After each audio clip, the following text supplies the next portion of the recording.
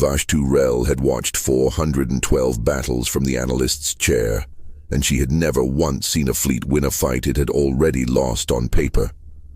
Until the Coral Sea dropped out of slipspace 11 minutes late, into a trap sprung 2 hours early with a third of its escort screen unaccounted for. And somehow, impossibly, the Kesrathi armada that had been waiting to erase it limped home instead, minus 40 ships, having sunk none. She replayed the tactical log 7 times before she believed the timestamps. Somewhere in those 11 lost minutes, someone aboard that primitive human hulk had made a decision nobody in the Kesrathi command structure had a name for, and the galaxy's math had simply stopped applying.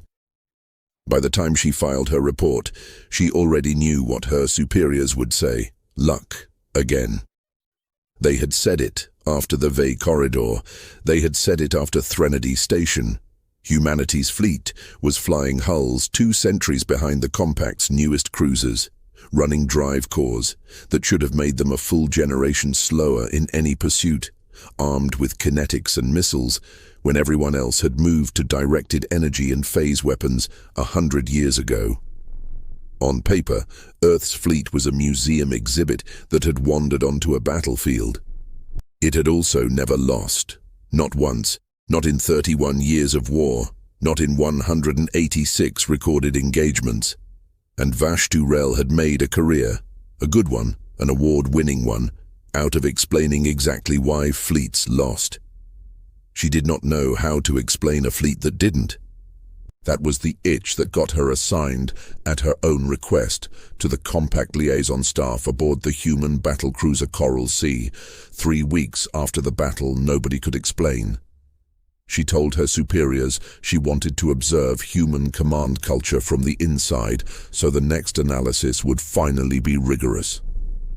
She did not tell them the real reason, because she barely admitted it to herself. She needed to know if the universe still made sense. The Coral Sea's command deck smelled faintly of hot metal and burnt coffee, which Vashtu found deeply unprofessional until she noticed that every single person on it moved like they'd been born there. No wasted motion, no hierarchy theater. When Captain Elena Reyes walked onto the bridge, nobody stood at attention. They simply kept working, and somehow that felt like more respect than any salute Vashtu had ever seen. "You're the Compact analyst," Reyes said, not quite a question. She was Compact herself, dark-haired, with a burn scar along one forearm she made no attempt to hide. "Rel, right?" "Vashtu Rel. I'll be observing your command procedures for the duration of the Coral Sea's deployment." Observing. Reyes's mouth did something that wasn't quite a smile. "Sure. Stay out of the blast doors when they close. Don't touch anything blue. And if someone screams brace, you brace. You don't ask why. Questions? Only several hundred. Good. Ration them." Reyes turned back to her boards, and that was, apparently, the entire orientation. Vashtu spent the first week cataloging inefficiencies. The Coral Sea ran on a command philosophy that offended every principle of Compact doctrine. Orders were treated less like commands and more like opening bids in a negotiation that any officer, sometimes any crewman, could counter in real time. She watched a junior lieutenant named Okafor override a targeting solution from the tactical officer during a routine drone defense drill. Watched the tactical officer accept the override without complaint, and watched Reyes, observing from 3 meters away, say nothing at all. "In the Compact fleet," Vashtu said afterward, in the mess hall that always smelled of synthetic coffee and something underneath it she couldn't identify. A subordinate who overrode a superior's targeting solution during live operations would face disciplinary review.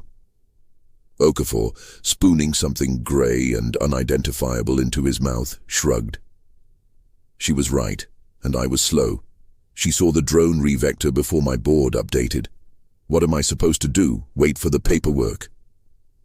But the chain of command? The chain of command is there, so somebody's in charge when it matters. It's not there, so the smartest guy in the room has to sit on his hands. He said it like it was obvious, like he was explaining that water was wet. You want us all doing the wrong thing in perfect formation, or the right thing a half-second faster? Vashtu wrote it down.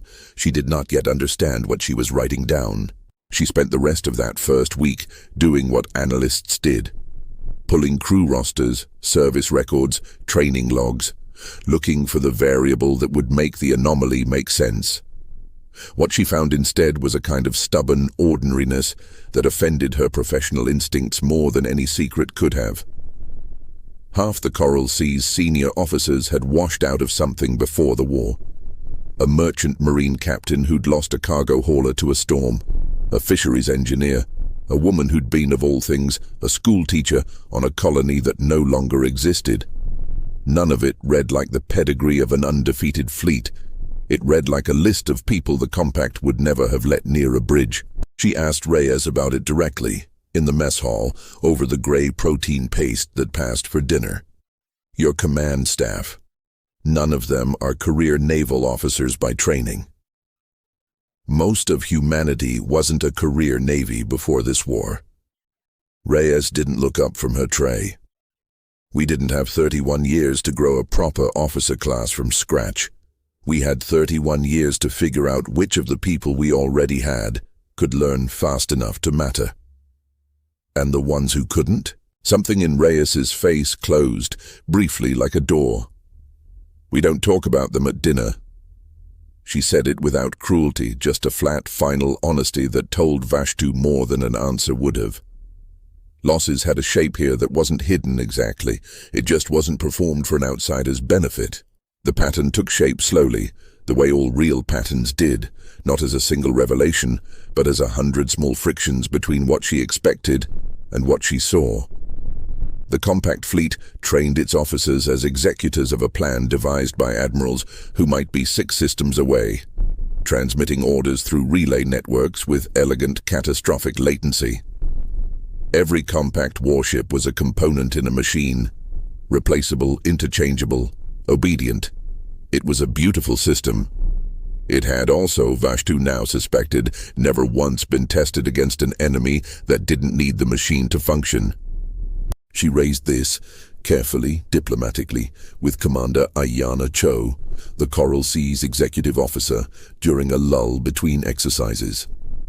Cho was younger than Reyes, sharper-edged, with the particular stillness of someone who had lost people and learned to carry it without letting it show. "You want to know why we don't fall apart when comms go down?" Cho said. It wasn't a question either. Humans, Vashtu was learning, rarely asked when they already knew. "I want to understand the doctrine. There isn't one doctrine. That's the doctrine." Cho pulled up a star chart from memory rather than the console, tracing old engagement points with one finger. First 15 years of the war we were losing. Badly. Compact ships outran us, outgunned us, and every time we tried to fight your way, centralized command, clean formations, wait for orders from the flag, we got cut apart because the flag was always the first target and the relay always the first thing jammed. We didn't have the tech to fix that, couldn't out-engineer it. So we stopped trying to win the fight your species designed and started fighting the fight we could actually survive. Which is, every ship captain, every squadron lead, every junior officer who might end up senior in the next 90 seconds, they all get trained to finish the mission with the information they have, not the information they wish they had. You take out our flagship, you haven't taken out our command structure. You've just made everyone on the Coral Sea the flagship. Cho looked at her, something almost gentle in the fatigue around her eyes. You people build a fleet like a body with one brain. We built a fleet like a body with 1,000 of them, all trained to agree on what matters even when they can't talk to each other. Vashtu turned that over for a long time after Cho left. It was elegant. It was also, she was certain, incomplete. A mechanism, not a reason. A structure did not explain the discipline required to make 1,000 independent minds converge on the same judgment under fire, again and again for 31 years, without the whole system dissolving into 1,000 contradictory heroics. That required something the structure alone couldn't produce. Trust, maybe. But trust in what? She tested the theory the only way she knew how, by looking for where it should have failed and hadn't. She pulled every recorded incident of independent command decisions made under total comms blackout across the war's full 31 years, cross-referenced against outcome, and built the distribution she expected. A long tail of catastrophic misjudgments, officers freezing, officers overreaching, the statistical wreckage any species should produce when it hands life or death authority to 1,000 different temperaments under fire. The tail wasn't there. The failures existed. She found 41 incidents where an independent call had gone badly wrong, ships lost, engagements bungled. But they clustered almost entirely in the war's first 3 years before what Cho called the doctrine had fully taken hold. After that, the curve flattened into something that shouldn't have been possible for any organization built from ordinary, fallible people making rushed decisions alone. It unsettled her more than the battle itself had. A structure that occasionally failed was explicable. A structure that had been debugged over years by a species willing to keep rewriting how it trusted itself until the failures nearly disappeared. That suggested something Vashtu didn't yet have a category for. Not luck, not doctrine alone, something that had to be built person by person and rebuilt every time a person who carried it was lost. She didn't get to keep turning it over. 3 days later, the alarms answered a different question first. The Kesrathi didn't retreat home to lick their wounds after the Coral Sea incident. They convened a war council, and 6 weeks later the Compact's newest strike doctrine arrived at the edge of human space with 400 warships behind it. A purpose-built counter designed by analysts very much like Vashtu, engineered around a single insight. If the humans win by decentralizing, take away their ability to communicate at all, and drown them in numbers before their independent judgment can coordinate into anything coherent. The task force that intercepted them was smaller than Vashtu had expected. 9 capital ships, 40 escorts. She stood on the Coral Sea's bridge as the enemy formation resolved on the tactical display, an overwhelming wall of Kesrathi hulls, and felt something she hadn't expected to feel. Fear, sharp and personal, because for the first time this wasn't data on a report. It was Reyes's ship. It was Cho, 3 meters to her left, quietly running through pre-engagement checks like she was reciting a prayer she'd said 1,000 times. "They're going to try to kill our comms first," Cho said almost conversationally. "Jam every channel. Target every relay ship, cut us into pieces they think can't talk to each other. Can you stop them?" "No." Cho didn't look up from her board. "We're going to let them." Vashtu didn't have time to ask what that meant. The Kesrathi opened with a saturation jamming barrage that turned the Coral Sea's communication suite into so much dead weight in the space of 90 seconds. Every channel, every relay gone, exactly as designed. On the display, the human formation should have frozen, should have fractured into confused, uncoordinated fragments waiting for orders that would never come. It didn't.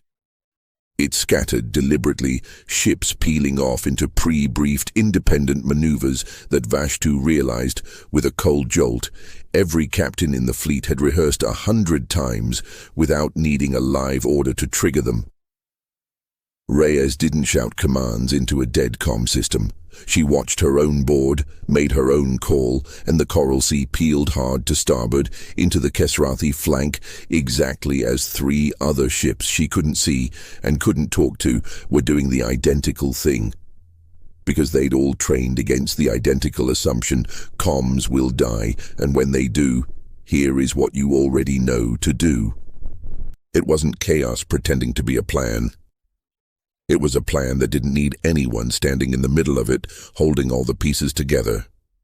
The Kesrathi didn't know what to do with a fleet that got more effective when you took away its ability to coordinate.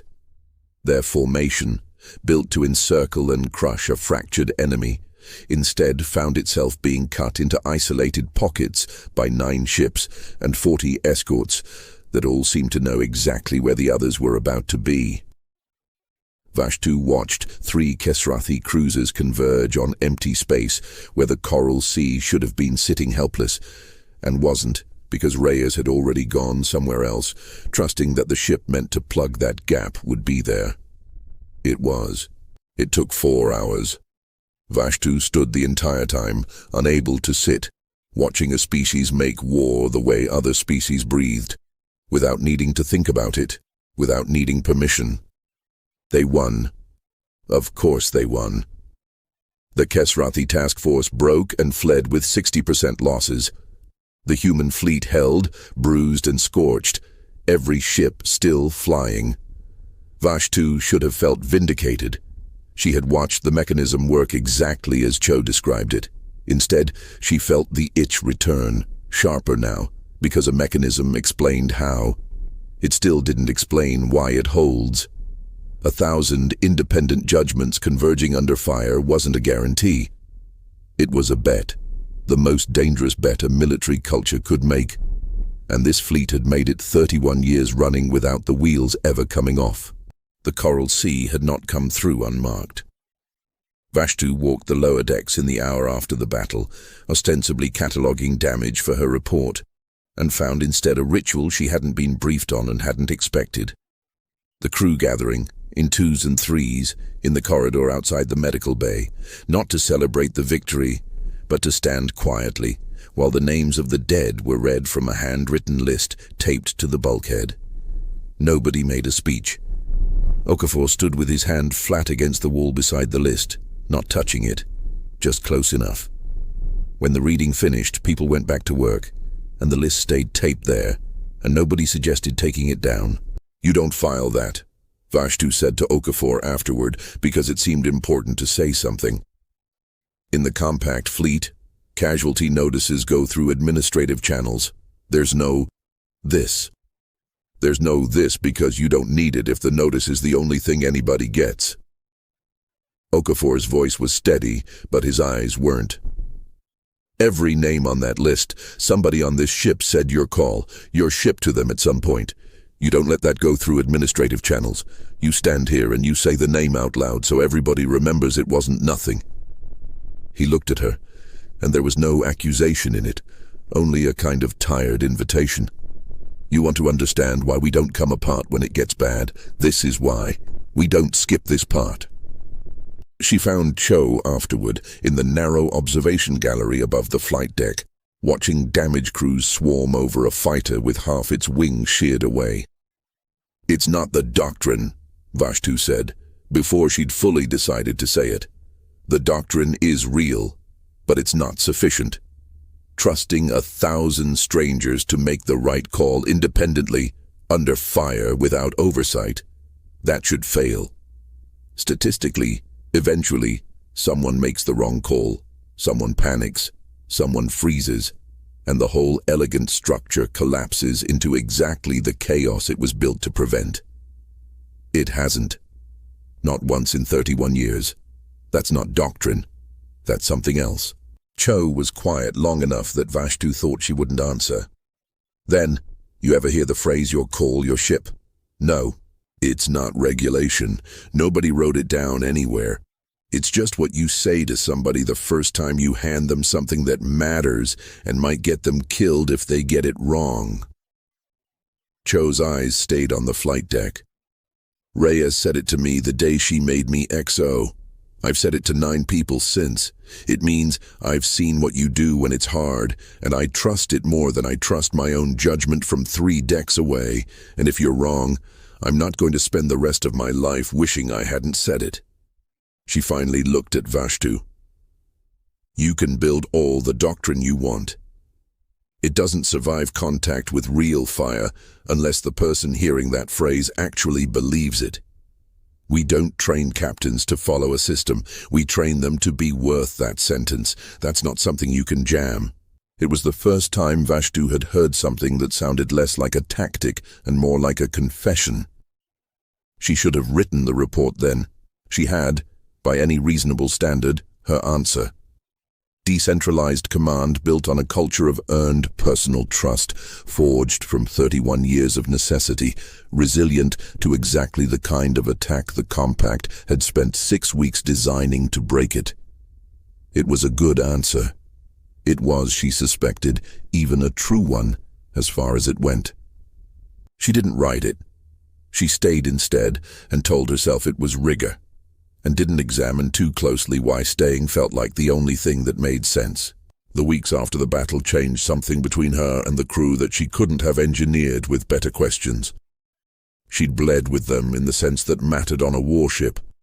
She'd stood on that bridge while the ship took fire. She hadn't run. She hadn't gotten in the way, and word of that traveled through a crew faster than any official commendation. Okafor started explaining things to her without being asked. Cho stopped treating her questions like an obligation and started treating them like conversation. Even Reyes, sparing with everything, began including her in the small pre-engagement briefings that weren't strictly required to include a foreign observer. "You're not writing this up like an analyst anymore," Reyes said to her once, catching something in Vashtu's face during a briefing that Vashtu hadn't known was visible. "You're writing it up like you're trying to save us. I'm trying to understand you. Same thing eventually if you do it right." Reyes said it without weight, moved on to the next agenda item, and left Vashtu turning the sentence over for the rest of the day. It was Cho who became the center of it, in the way these things happen, without a single decisive moment, a habit of finding each other in the observation gallery after every engagement, not to debrief, just to breathe. Cho had a ritual Vashtu found herself watching for. She carried a physical coin, human currency long obsolete, and turned it over her knuckles when she was thinking something she wasn't ready to say aloud. Vashtu asked about it once. "Grandmother's. She served in the first years before we figured out how to stop losing." Cho didn't stop turning it.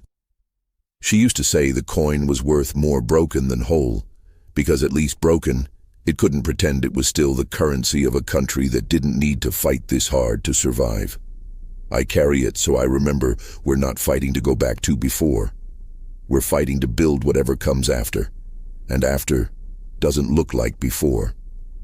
She closed her fist around it. Everyone on this ship has something like that. A reason the record can't be about luck, because luck doesn't carry anybody's grandmother's coin. Vashtu didn't have an equivalent object.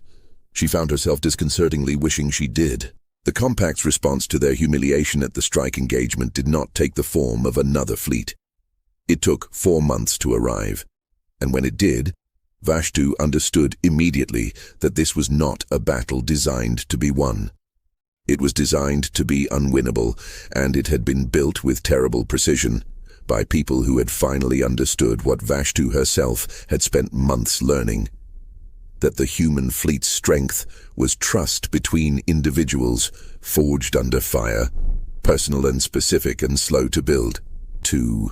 So the Compact's new commander, a Kesrathi tactician named Val Serik, whose file Vashtu had studied for years without ever meeting, didn't send a fleet to fight the Coral Seas Task Force. He sent a fleet to besiege the Meridian shipyards, Earth's largest forward construction facility, the place that built and crewed and trained new task forces, and he brought enough firepower that no single engagement would break the siege. He intended to grind. He intended, Vashtu understood with cold clarity, reading the intercepted battle plan, to force humanity to keep feeding new, half-trained crews into a meat grinder until the trust that took years to forge simply ran out of time to form before it was needed. He had found the one thing the doctrine couldn't manufacture on demand: time. "He's not trying to beat us in a fight," Cho said, staring at the same intercept, jaw tight. "He's trying to outpatience us. Every new crew we send in is green, doesn't have the bonds yet, doesn't have anyone who's earned your call, your ship from anybody else on board. He's betting that eventually we run out of veterans to seed the new crews with, and we start sending kids who trust nobody into a fight that requires trusting everybody. Is he right? Cho didn't answer for a long moment. I don't know. Nobody's ever tried it before. Vashtu spent that night reading everything the compact archives held on Val Seric and found, with a discomfort she hadn't expected, that she respected him. He had not made the mistake his predecessors made. He had not assumed humanity's fleet was simply lucky, or that its resilience was a technological trick waiting to be countered with better jamming or faster missiles. His briefing notes, intercepted and translated, read like the work of someone who had studied Vashtu's own early reports and drawn the one conclusion she hadn't dared put in writing: that if the strength was cultural rather than technological, then the correct counter wasn't a weapon at all. It was time, applied with enough patience to outlast the culture's ability to reproduce itself. It was, in its way, the most honest acknowledgement of humanity's strength that the Compact had ever produced. An enemy commander willing to abandon every advantage of superior hardware in favor of grinding, deliberate attrition, because he had finally understood that the only thing that could break trust, built person to person, was making sure there wasn't enough time left to build it. Vashtu found herself reading his notes at 0200 in a borrowed cabin, hoping, quietly, unprofessionally, in a way she would never have admitted to her superiors, that he was wrong.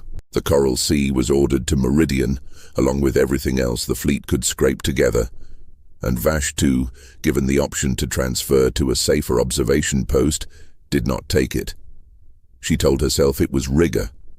She knew, by then, it wasn't only that. The siege lasted 11 weeks. Vashtu watched it change the ship around her in ways the earlier battles hadn't. There was no clean victory to observe, no elegant tactical solution, only relentless attrition, convoy after convoy running the Kesrathi blockade to keep Meridian's yards alive. Losses that weren't dramatic single moments, but a slow, grinding toll that ate at the crew from the inside. She watched Okafor lose a friend on a supply run and come back to duty 4 hours later because the next shift needed him, and there was no one else who knew the board as well. She watched Reyes stop sleeping in anything but 2-hour increments and never once let it show on the bridge. She watched new crews arrive exactly as Seric intended, young, unbonded, terrified, and watched the veterans absorb them not through orders, but through the same slow, deliberate ritual Cho had described.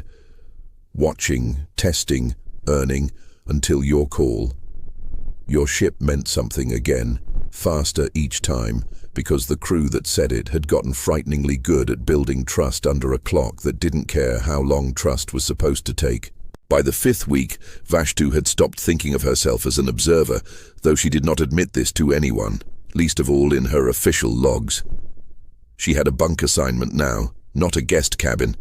She had learned to brace before Okafor said brace, reading it in the set of his shoulders half a second before his voice caught up. She had, on the 39th day, held pressure on a crewman's leg for 6 minutes while medics fought through a corridor jam to reach them, and had not thought once in those 6 minutes about what species the leg belonged to. The setback that nearly broke her came on day 52, when a supply convoy Cho had personally cleared for the blockade run was caught by a Kesrathi picket that shouldn't have been there, and the Coral Sea arrived at the rendezvous point to find wreckage and 11 bodies they could recover and 30 they couldn't. Cho did not sleep that night. Vashtu found her in the observation gallery at what the ship's clock called 0300, not turning the coin, just holding it closed in her fist so hard the metal had left a mark. I cleared that convoy, Cho said, before Vashtu had said anything at all. I read the picket patterns and I said the corridor was clean and it wasn't, and 30 people are dead because I was wrong, and tomorrow I have to stand in front of the next convoy crew and ask them to trust the next call I make. Will you tell them you were wrong? Every one of them already knows. That's not a secret you get to keep here. Cho finally looked up. The thing you keep asking me, how do we hand this much trust to people who are going to be wrong sometimes?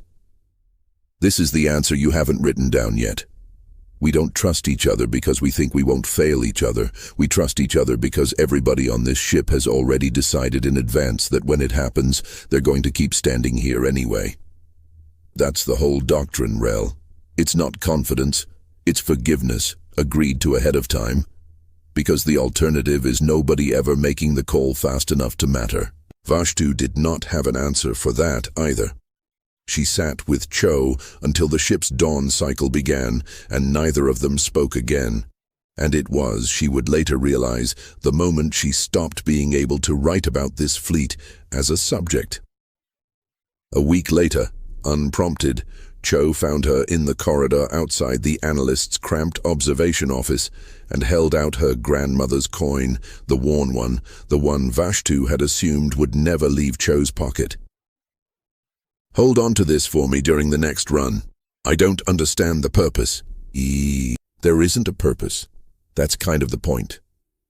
Cho pressed it into her palm anyway, closed Vashtu's fingers around it the way she would, months later, close them around a different coin entirely.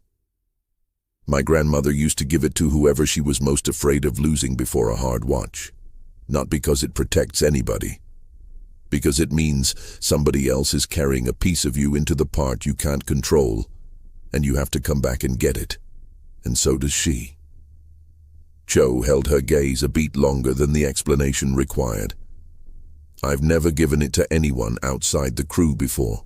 Vashtu carried it in a sealed inner pocket for the next 11 days, through 2 more convoy runs and 1 engagement that killed 4 people she had eaten dinner with the week before, and did not examine too closely why her hand kept finding its way to the pocket when the ship shuddered under fire. She understood, by the time she returned it, that she had stopped being an observer, documenting a foreign culture's peculiar customs. She had become, in some small and specific and entirely unprofessional way, someone the Coral Sea was afraid of losing. That was the reveal that finally cracked the mystery open for her, 3 weeks before the siege's end, standing in a corridor watching Cho, bone-tired, coin turning ceaselessly between her fingers, walk a 19-year-old ensign through a targeting drill with more patience than Vashtu had ever seen a compact officer show a subordinate under a fraction of this pressure. It wasn't the decentralization. It wasn't even the trust precisely, though that was closer. It was that humans had built a culture that could manufacture trust deliberately, quickly, and under duress, instead of treating it as something that could only occur naturally over years. Compact doctrine assumed trust was either innate to hierarchy, you trusted the rank, or irrelevant because the machine didn't need it. Humans had discovered, out of desperate necessity in a war they were losing, that trust between strangers could be taught, rehearsed, ritualized, built on purpose in the space of weeks if the culture around it insisted hard enough that it mattered. Sarek's plan assumed trust was a resource that could be starved. He hadn't understood that humanity had turned it into a skill. Vashtu found herself for the first time in her professional life wanting to be wrong about something purely because being right meant watching it be tested to destruction. The test came on the 81st day, when Sarek, patient, meticulous, finally out of patience, committed his reserve in a single overwhelming strike, meant to end the siege before the yards could finish the 2 capital ships under construction that would tip the balance permanently. It was, Vashtu understood from the moment the tactical display lit up, the single largest engagement of the war, and the Coral Sea, badly worn from 11 weeks of grinding convoy duty, was ordered into the center of it. This is the one, Cho said quietly, standing beside Vashtu on the bridge as the enemy formation resolved, 3 times the mass of anything they'd faced together before. If Sarek's right about us, this is where it shows. And if he's wrong, then we go home. Cho's hand closed around the coin in her pocket, a habit so worn it looked involuntary now.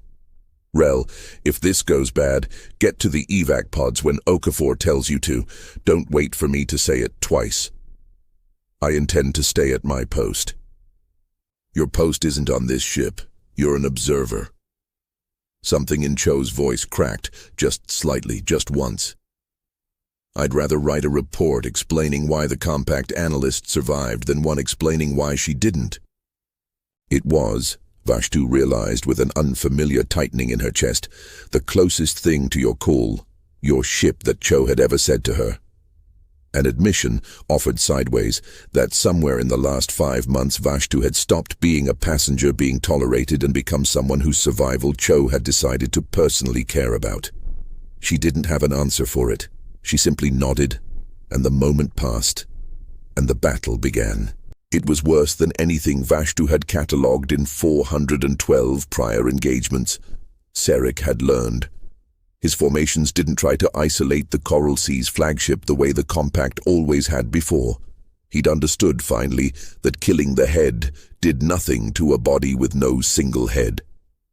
Instead, he threw overwhelming force at everyone simultaneously, denying any single human captain the breathing room to execute the independent judgment the doctrine depended on, forcing every ship into a defensive crouch with no time to coordinate even the loose, trained-in improvisation that had carried them through the strike engagement months before.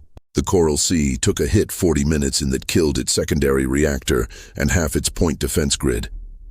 Vashtu felt the deck lurch beneath her, watched 3 crew members she recognized get carried past on stretchers, watched Reyes keep calling maneuvers in a voice that never once wavered, even as the damage board turned from green to amber to a spreading, ugly red. For a stretch of nearly 20 minutes that Vashtu would later be unable to fully reconstruct from memory, it seemed possible, for the first time in 187 engagements, that the fleet might actually break. 2 escort ships went dark on the plot, not destroyed but stripped of everything that let them coordinate, drifting on reserve power with skeleton crews trying to nurse dead systems back to life. A third simply stopped answering, its transponder still broadcasting, but nothing behind it responding to hails that weren't reaching anyone anyway. Vashtu watched Okafor's hands shake once on his console. Not from fear, she realized, but from the terrible arithmetic of watching people he'd trained with go silent one at a time and having no way to know if they were dead or simply deafened by the jamming. Reyes gave no sign she'd noticed. She kept calling headings into a comm system that might or might not still be relaying to anyone on the theory, the doctrine, the promise, that somebody out there was still listening the way the Coral Sea would keep listening for them. It was into that silence, into that stretch, where the entire elegant structure Vashtu had spent 5 months documenting seemed, for the first time, to be genuinely failing, that Cho found the gap. It was Cho who saw it, the gap in Sarek's formation that existed for exactly the length of time it took 2 Kesrati capital ships to reposition, a window no wider than 90 seconds, the kind of opportunity that in any centralized fleet would have died waiting for authorization to relay down a command chain that no longer functioned under this jamming. Cho didn't wait. She made the call herself, in the half-second it took to see it, committing the crippled Coral Sea directly into the gap on a trajectory that would let 3 other human ships she couldn't see, couldn't confirm, could only trust, collapse the Kesrathi formation from 3 directions at once if they'd read the same opening the same way at the same moment. That's not a maneuver, that's a bet, Vashtu said, gripping the rail, watching the tactical plot swing the Coral Sea onto a heading that put it directly in the path of everything Sarek's reserve had left. It's the only kind of bet we know how to make, Cho said, and gave the order. For 4 seconds, nothing. 4 seconds in which Vashtu understood with total clarity that this was the moment the whole mystery either resolved or ended. That if the 3 ships Cho was betting on didn't move, the Coral Sea would die alone in the gap she'd committed it to. And Vashtu would spend whatever remained of her life having watched the culture she'd come to understand and to care about prove Sarek right after all. Then the plot lit up. 3 human ships, from 3 different directions, converging on the exact seam in the Kesrathi formation that Cho had bet everything on. Not because anyone had ordered them there, but because 3 other captains had looked at the same gap in the same half-second and made the same read, trusting that if they saw it, someone else flying the same doctrine would see it too. The Kesrathi formation, built to survive a coordinated strike, but not 4 independent ones converging from directions that shouldn't have made sense together, buckled and then broke. Serik's reserve shattered in 11 minutes. The siege ended not with a negotiated withdrawal, but with the annihilation of the force that had spent 11 weeks trying to prove humanity's greatest strength was a liability. The Coral Sea, gutted, reactor dead, half her crew wounded, held. Vashtu didn't remember deciding to cross the bridge. She remembered gripping Cho's arm hard enough to bruise, remembered Cho's hand, shaking now that it no longer had to be steady for anyone watching, closing over hers. "You didn't know," Vashtu said. "When you gave that order, you didn't know they'd be there." "No." Cho's voice was raw. "I trusted they would be. That's the whole thing, Rel. That's the whole answer you've been chasing since the day you came aboard. We don't win because we know something you don't. We win because we've built a fleet full of people willing to bet their own deaths on the judgment of someone they can't see and can't talk to, because somebody, at some point, earned that from them. And we've spent 31 years making sure that keeps being true faster than the war can burn it out of us." She opened her fist. The coin sat in her palm, worn smooth by 5 decades of thumbs. It's not a system. It's a promise a lot of people keep to each other, over and over, until it looks like luck to anybody standing outside it. Vashtu Rel stayed with the fleet for another year before the compact recalled her. Not in disgrace, but because her final report had become the single most cited and single most argued over document in compact naval doctrine in a generation. She had not written what her superiors expected. She had not identified a technology, a tactic, or an exploitable weakness. She had written in careful, precise, thoroughly evidenced prose that humanity's fleet could not be broken by any strategy built to sever coordination, because its coordination had never depended on communication in the first place. It depended on a culture that manufactured earned trust between strangers on a timeline no other species in the compact had thought to attempt, and that the only way to defeat it would be to become, functionally, the thing it was. Her superiors did not love the answer. It offered no weapon to build, no weakness to exploit, no gimmick to reverse engineer.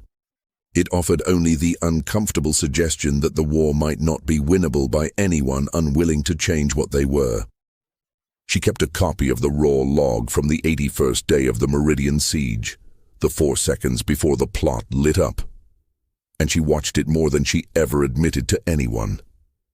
She kept, too, a small, worn coin that Cho had pressed into her hand on the day the Coral Sea finally limped home for repairs, refusing to say what it meant, only that Vashtu had earned carrying something that couldn't pretend the record was luck. "It's not the same one," Cho had said, when Vashtu tried to protest that she couldn't take her grandmother's. "Different one, off the wreck of the ship we lost the day we finally got the doctrine right.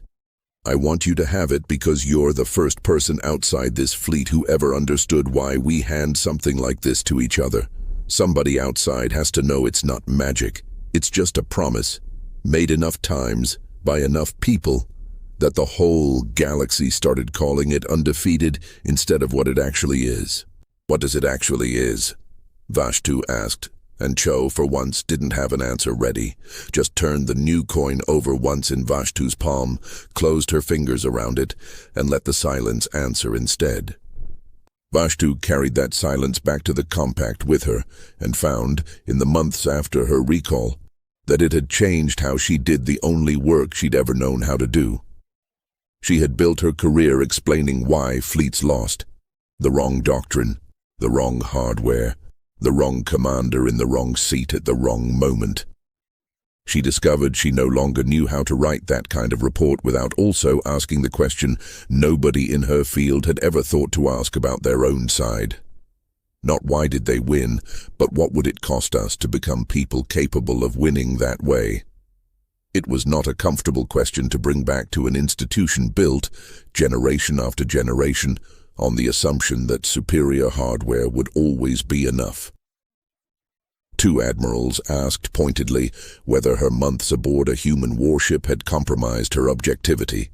She told them, truthfully, that it had, that she no longer believed objectivity and understanding could occupy the same report, and that she had chosen understanding and would choose it again. She kept in contact with Cho for years afterward, the way people do who have shared something a report can never fully hold, infrequent messages across a distance that made real-time conversation impossible, each one arriving months after it was sent, each one answered in kind. When the war finally ended, not with humanity's defeat but with a negotiated peace that no analyst had predicted 3 decades earlier, Vashtu was not surprised to learn that Cho had stayed in service long enough to become the officer who trained the next generation in exactly the doctrine that had trained her. That somewhere, right now, some frightened new ensign was being handed a phrase that wasn't regulation, wasn't written down anywhere, and meant everything anyway. Years later, when compact cadets studied the Meridian Siege as a required case in strategic doctrine, the official record noted, with clinical accuracy, the decentralized command structure, the trained-in improvisational doctrine, the statistical improbability of independent convergence under jamming. It did not, could not, fully capture the 4 seconds on a dying bridge when one officer bet a ship on a promise she couldn't see kept, and 3 strangers, light years and silence away, kept it anyway. That part only ever survived the way it had always survived, carried person to person, coin to coin, the way humanity had always carried the things too important to trust to any system alone.